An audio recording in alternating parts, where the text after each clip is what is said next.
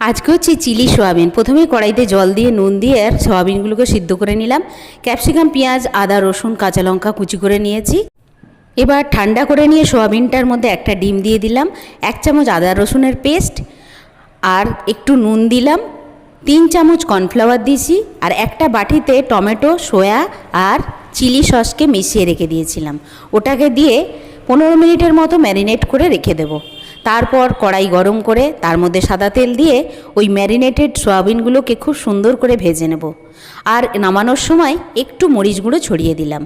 সমস্ত সোয়াবিন আমার ভাজা হয়ে গেছে। একটা পাত্রে তুলে রেখে ওই কড়ার মধ্যেই আমি আরেকটু সাদা তেল দিয়ে রসুন আর আদাটাকে খুব ভালোভাবে ভেজে নেব।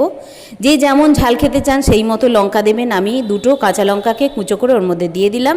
তারপর কিউব করে কেটে রাখা পেঁয়াজ আর ক্যাপসিকামগুলোকে দিয়ে একটু নুন দিয়ে ভালো করে ঢাকা চাপা দিয়ে ভেজে 3 রকমের সস, সয়া, চিলি আর টমেটো সস দিয়ে ভালো করে নেড়ে চেড়ে কর্নফ্লাওয়ারগুলো জলটা ওর মধ্যে দিয়ে দিলাম, আর দিয়ে দিলাম ভাজা সোয়াবিনগুলো। তারপর ঢাকা চাপা দিয়ে একটু মরিচ গুঁড়ো ছড়িয়ে দিয়ে হয়ে গেল আমার চিলি সোয়াবিন।